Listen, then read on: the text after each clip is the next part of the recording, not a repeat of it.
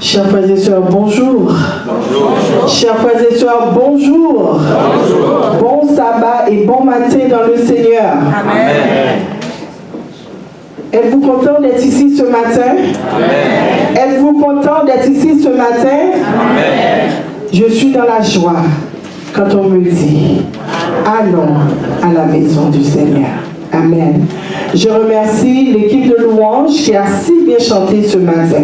Nous avons été bénis et je remercie toute l'équipe des diacres et diaconesses qui ont préparé pour nous cette table et l'équipe de la leçon de l'école du sabbat qui ont très bien présenté la leçon.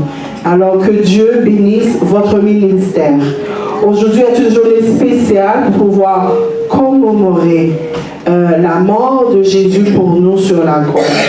Et c'est cette mort, c'est ce grand sacrifice qui a permis que vous et moi, que nous soyons là aujourd'hui, en santé, être capables de fonctionner, pardonner et libérer de tous nos fardeaux. Prenons le temps de lui dire merci.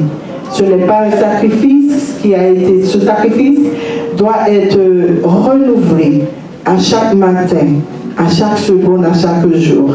Ce n'est pas quelque chose qu'on fait à chaque mois pour nous rappeler, mais lorsqu'on pense à l'amour de Jésus, c'est quelque chose que nous devons nous réjouir et lui dire merci à tous les jours de notre vie. Aujourd'hui, nous allons parler d'un message.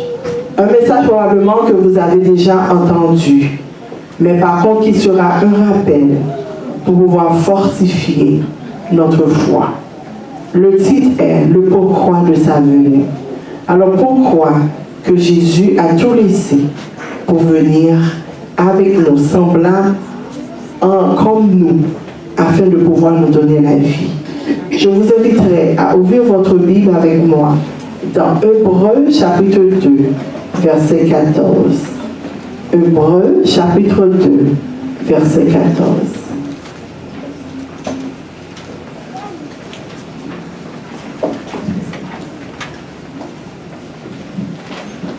Vous y êtes?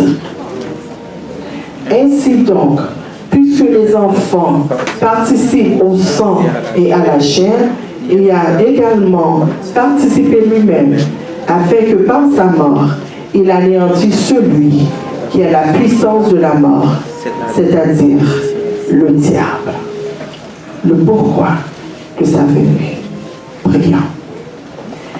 Adorable Père, nous nous courbons devant ta face bénie pour te dire infiniment merci.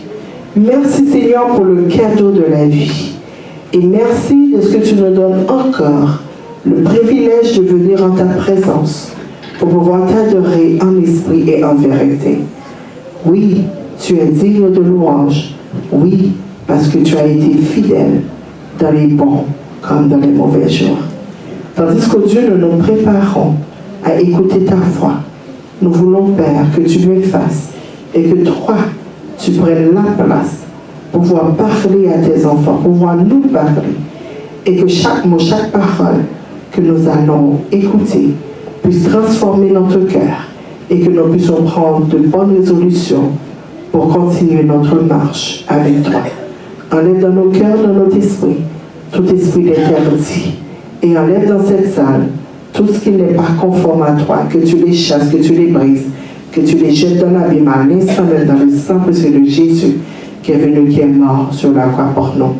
Ainsi soit-il. Au nom de Jésus, nous t'en prions. Amen.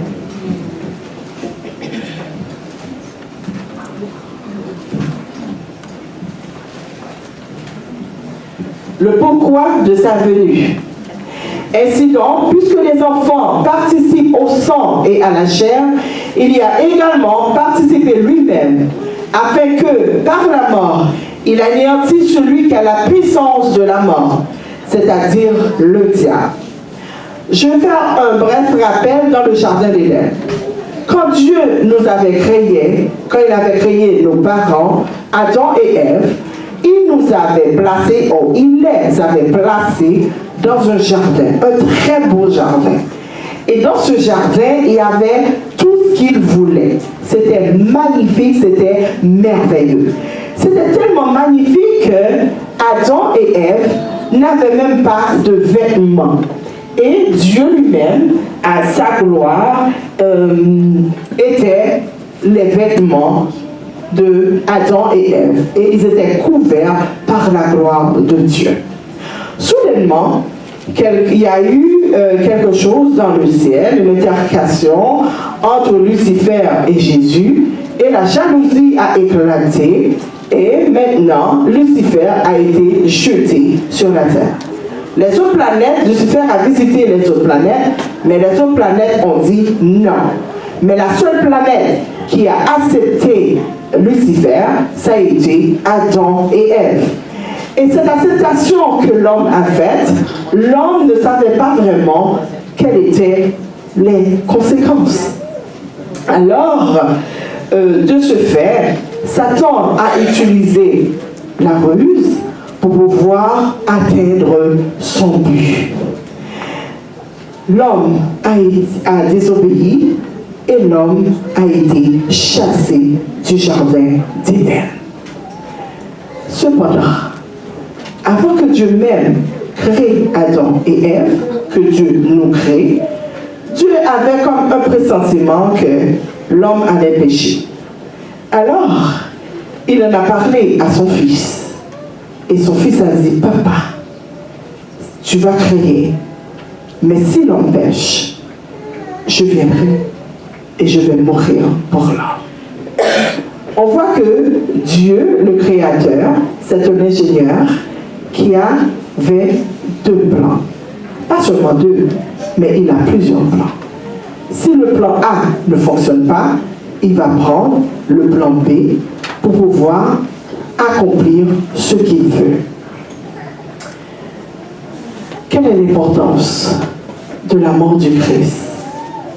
Puisque l'homme avait désobéi. Dans Matthieu 20, verset 28, il est dit, c'est ainsi que le Fils de l'homme est venu non pour être servi, mais pour servir et donner sa vie comme la rançon de plusieurs. Deuxièmement, quel était le terme de la conversation de Moïse et d'Élie avec le Christ sur la montagne de transfiguration? On voit la réponse dans Luc chapitre 9, versets 30 et 31. Et voici 2 hommes s'entretenaient avec lui. C'était Moïse et Élie qui apparaissaient dans sa gloire. Parlaient de son départ qu'il allait accomplir à Jérusalem.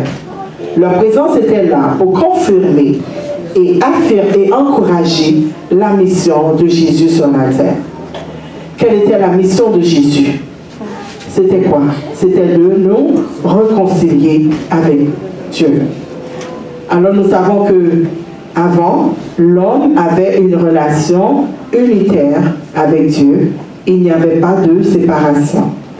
Aussitôt que le péché est rentré, l'homme s'est séparé de Dieu et Jésus était venu comme le réparateur des brèches, celui qui va faire le pont entre Dieu et l'homme.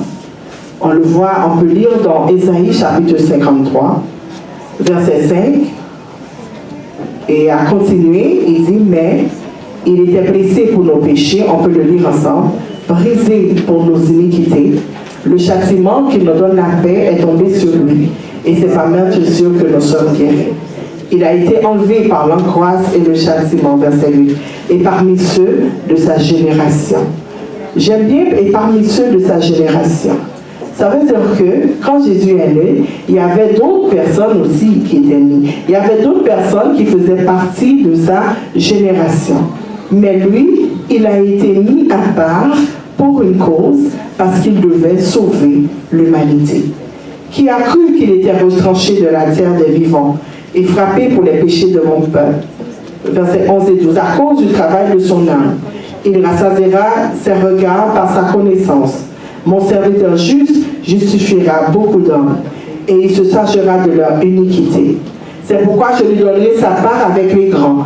Il partagera le butin avec les puissants, parce qu'il s'est livré lui-même à la mort, et qu'il a été mis au nombre des malfaiteurs, parce qu'il a porté les péchés de beaucoup d'hommes, et qu'il a intercédé pour les coupables. Lorsqu'on pêche, on devient coupable. Mais automatiquement, on va à Dieu, on demande pardon, Jésus intercède pour nous et nous pouvons recevoir son pardon. Cette mort, est-ce que vraiment ça a valu la peine que Jésus meure pour nous sur la croix? Qu'est-ce que cette mort a accompli pour nous? On le voit dans Colossiens chapitre 1, versets 19 à 20. Car Dieu a voulu que toute plénitude habitât en lui. Il a voulu par lui réconcilier tout avec lui-même, tant ce qui est sur la terre que ce qui est dans les cieux, en faisant la paix par lui, par le sang de sa croix. Ça veut dire que Jésus est venu faire un travail de réconciliation entre Dieu et l'homme, et avec même la nature aussi, parce que le péché atteint toute l'humanité, même la nature, les animaux, tout le monde est touché par le péché. Et en même temps, Jésus a amené la paix. Et cette paix, pour qu'on puisse avoir cette paix, mais il a fallu que le sang de Jésus coule pour nous sur la croix. La question qu'on va se poser. Quatrièmement, comment le Christ peut-il offrir le pardon aux pécheurs? Ésaïe 53, verset 10. L'Éternel a voulu le briser par la souffrance. Si tu fais de sa vie un sacrifice de culpabilité, il verra une descendance et vivra longtemps. Et la volonté de l'Éternel sera accomplie par son intermédiaire. Parce que la souffrance que Jésus a prise, c'était pour vous et pour moi, afin que nous puissions avoir le pardon. Car le salaire du péché, c'est la mort. Mais le don gratuit de Dieu, c'est la vie éternelle. Jésus, chers frères et sœurs, est devenu une offrande de culpabilité pour le péché. Et c'est par sa mort que le pardon est attribué aux pécheurs. Dans Hébreux 9, verset 22, et presque tout, d'après la loi, est purifié avec du sang. Et sans effusion de sang, il n'y a pas de pardon. C'est pourquoi je lui donnerai, Ésaïe 53, 12, c'est pourquoi je lui donnerai sa part avec les grands. Il partagera le butin avec les puissants, parce qu'il s'est livré lui-même à la mort, et qu'il a été mis au nombre des malfaiteurs. Parce qu'il a porté les péchés de beaucoup d'hommes, et qu'il a intercédé pour les coupables. À cause de la mort du Christ, Dieu peut nous accorder son pardon. Le pardon est accordé au monde entier. Christ s'est donné lui-même en rançon pour tous. C'est là le témoignage rendu en son propre temps. 1 Timothée 2, verset 6. Qui s'est donné lui-même en rançon pour tous. C'est là le témoignage rendu encore en son propre temps. Le prix du rachat, la dette de la désobéissance a été payée. Tous les hommes sont virtuellement pardonnés, car c'est par la foi que l'homme doit accepter le pardon et croire qu'il le reçoit. Maintenant, je vais vous raconter une histoire. Une histoire un peu choquante, mais qui va nous rappeler le grand sacrifice que Jésus a fait pour nous. On raconte l'histoire d'un couple qui vivait heureux dans la maison. Un soir, le mari est rentré à la maison et sa femme a servi le dîner. Il lui tenait la main et dit, le mari lui tient la main, et dit, j'ai quelque chose à te dire. Elle s'assit et mangea tranquillement. Encore une fois, il a observé la douleur dans ses yeux. Tout à coup, le mari ne savait pas comment ouvrir sa bouche, mais il devait lui dire ce qu'il pensait. Il dit à sa femme, je veux divorcer. Il souleva le sujet calmement. Elle ne semblait pas être ennuyée par ses paroles. Bien au contraire, elle lui demanda doucement, pourquoi? Le mari évite la question.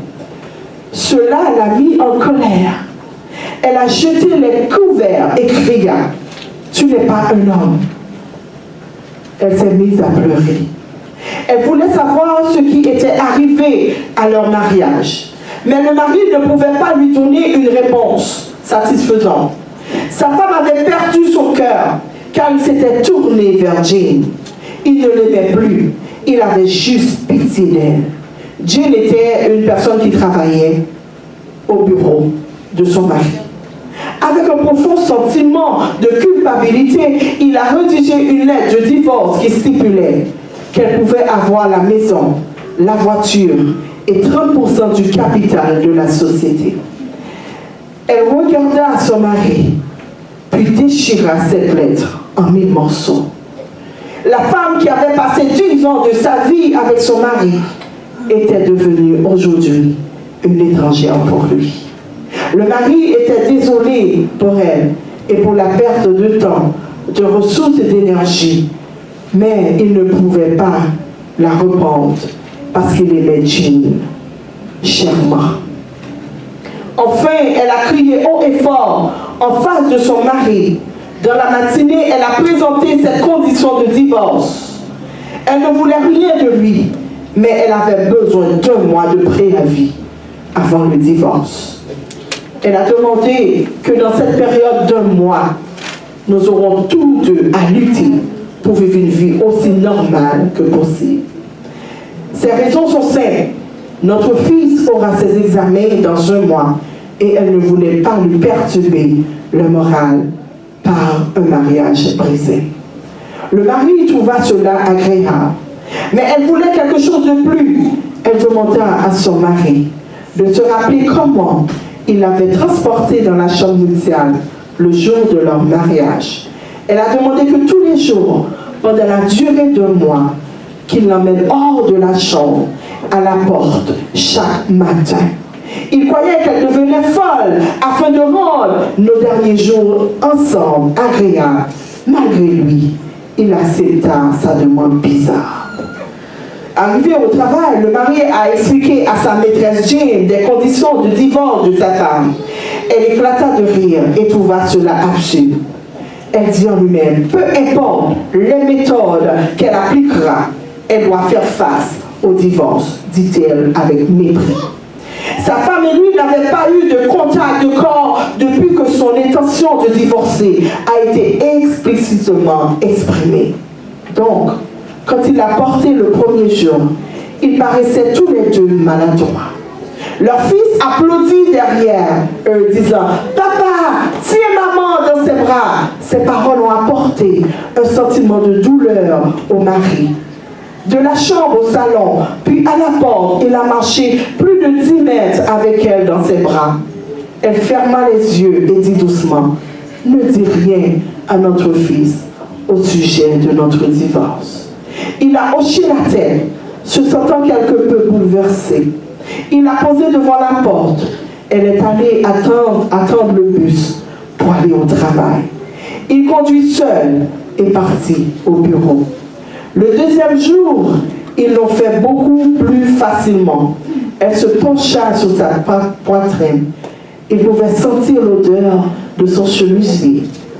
Il a réalisé qu'il n'avait pas regardé cette femme attentivement pendant une longue période. Il a réalisé qu'elle n'était pas jeune non plus. Il y avait des fils rides sur son visage. Ses cheveux grisonnaient. Le mariage avait fait des ravages sur elle. Pendant 1 minute, il s'est demandé ce qu'il avait fait d'elle. Le 4e jour, quand il l'a soulevée, il sentit au retour un sentiment d'intimité.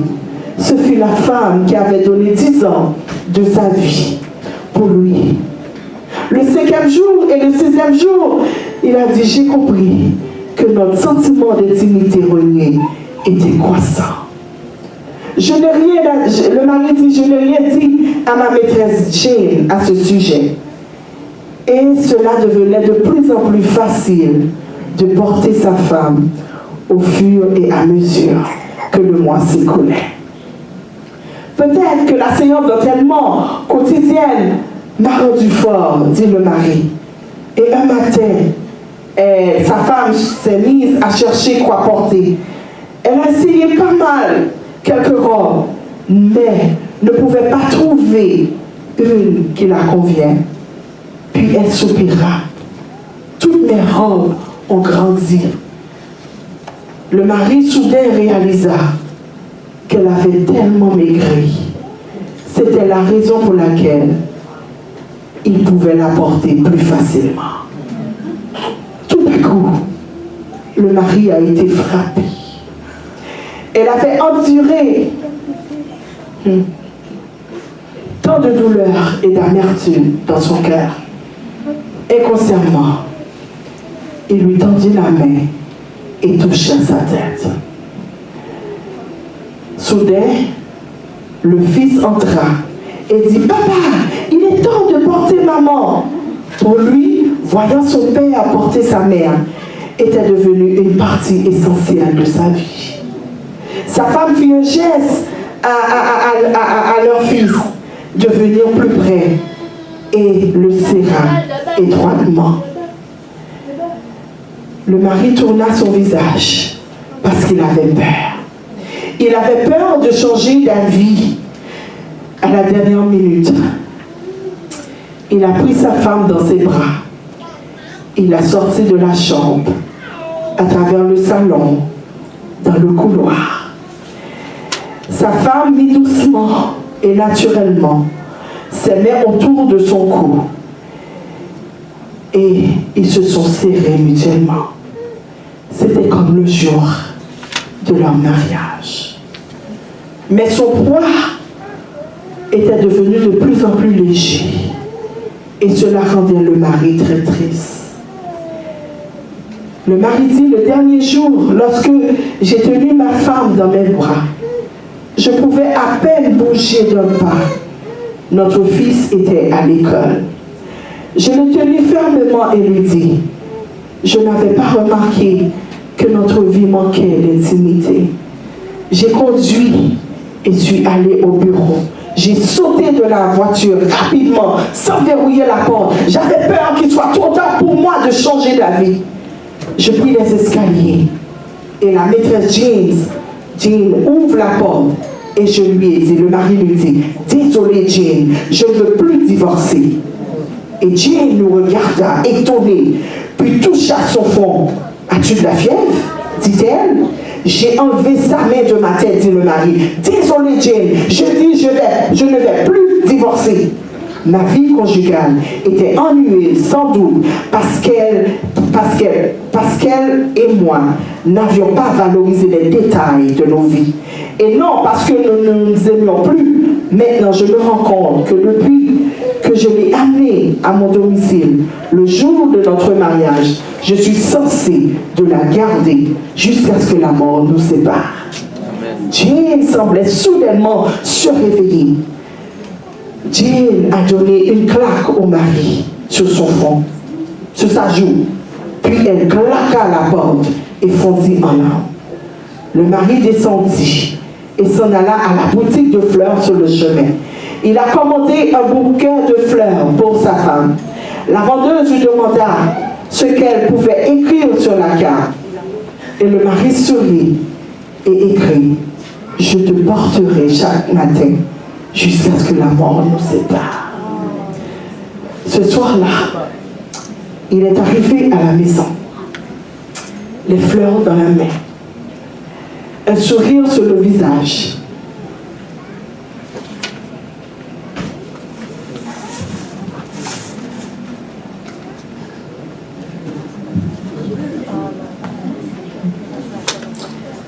Il monta les escaliers, mais seulement, hélas, pour trouver sa femme morte dans le lit.